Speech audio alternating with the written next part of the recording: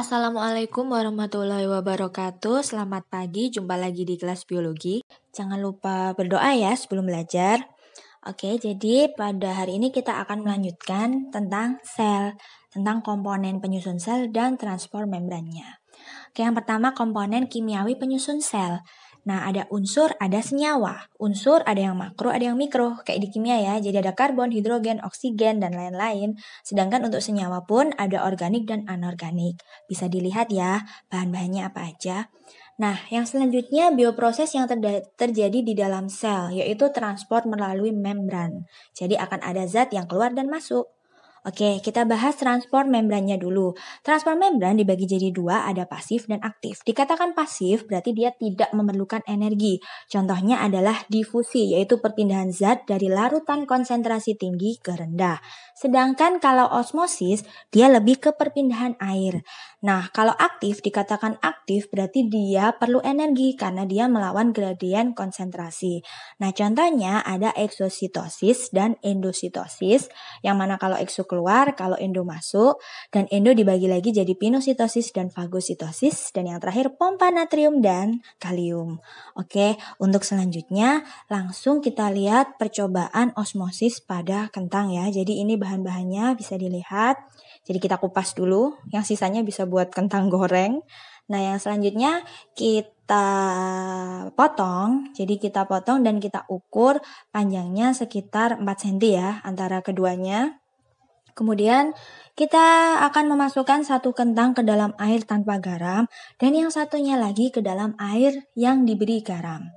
Jadi kita aduk sampai merata dan ini nanti kentangnya akan kita masukkan ke dalamnya. Lalu kita tunggu atau kita rendam selama 30 menit. Nah, setelah 30 menit apa ya yang terjadi? Oke, jadi untuk kentang yang direndam pada air tanpa garam, dia cenderung teksturnya sama seperti sebelum direndam, keras. Dan sedangkan untuk kentang yang direndam dalam air garam, dia teksturnya lebih lentur. Dan juga ternyata dia mengalami penyusutan panjang ya. Jadi awalnya kan 4 cm. Untuk kentang yang direndam di air garam, ternyata dia berkurang sekitar 2 mili. Jadi hanya 3 lebih, nggak sampai 4 cm. Jadi ini terjadi yang namanya osmosis. Nah, pengen tahu kita bahas dulu terkait larutan hipertonik dan hipotonik. Hiper dikatakan hiper berarti dia konsentrasi larutannya tinggi, pelarut rendah.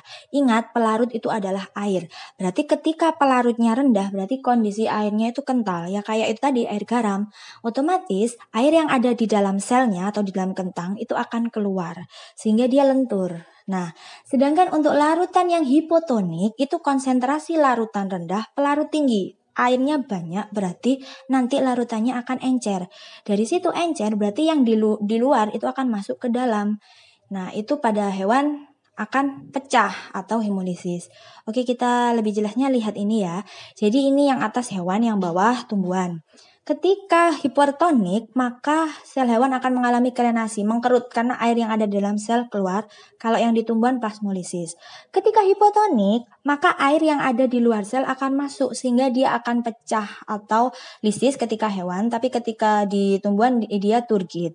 Sedangkan ketika kondisinya sama, itu akan di larutan isotonik ya. Jadi dia tidak berubah. Sama-sama seperti itu. Nah, jadi kalau di tadi untuk kentang yang di air biasa berarti dia kondisinya normal dan untuk yang di air garam berarti dia plasmolisis.